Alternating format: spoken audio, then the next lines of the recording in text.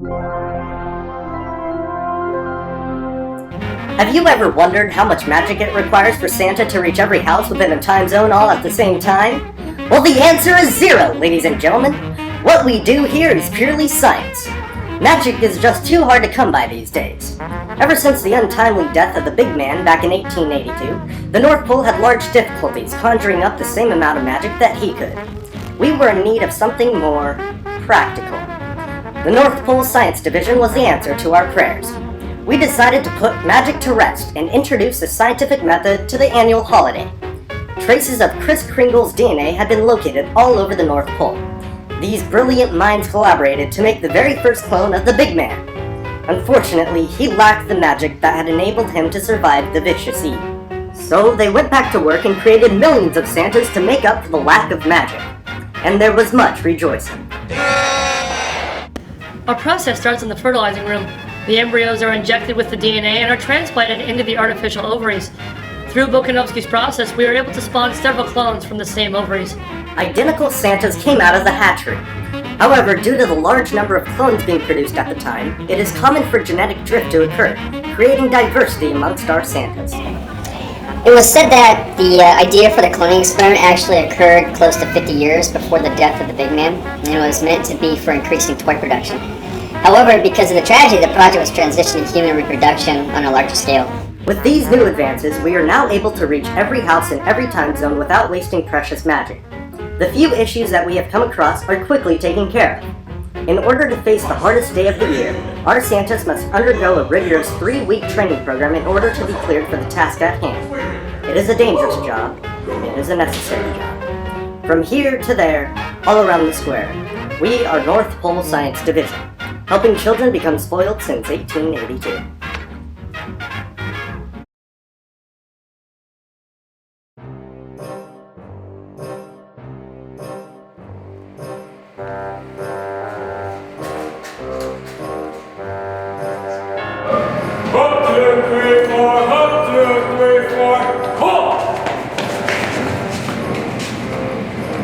Okay, so welcome to life as Santa Claus. Today, I will teach you the 3 basic aspects to being a Claus. 1. Chimney navigation. By the time Christmas comes, you must be able to navigate the most dangerous of chimneys. I cannot stress this enough. Our founder lost his life to a chimney. 2. Gift placement. You will know why certain gifts go in a stocking rather than by the tree. 3. Cookie disposal. It is impossible to eat all the cookies on your run without dying. We will teach you the proper way to dispose of your cookies. Why do we have to discard the cookies? Why don't we just take them home and eat on the big night? Because Sergeant hates fat people. But you're fat. Hey, you shut your mouth! You two, step forward! You do not speak unless spoken to! As a result of your mistake, you, 2 weeks of department store duty.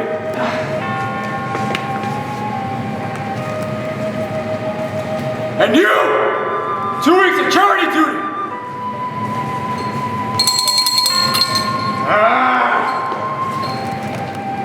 All right, does anyone here know why we can't eat all the cookies? Because putting on weight can be dangerous while navigating chimneys, sir! Correct!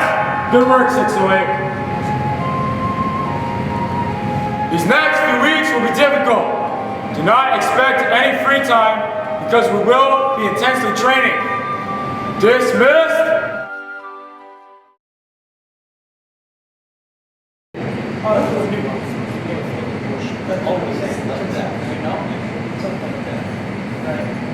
You shut your mouth! Get in line!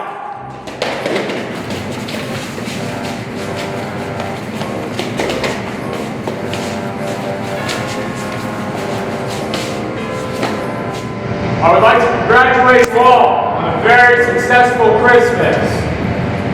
We only had 3 errors this year, but they were taken care of.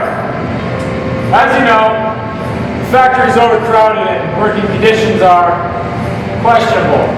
The last thing we need is a plethora of Santa clones running on the loose, distracting the elves. So, you will be going into storage until next year. Up to it!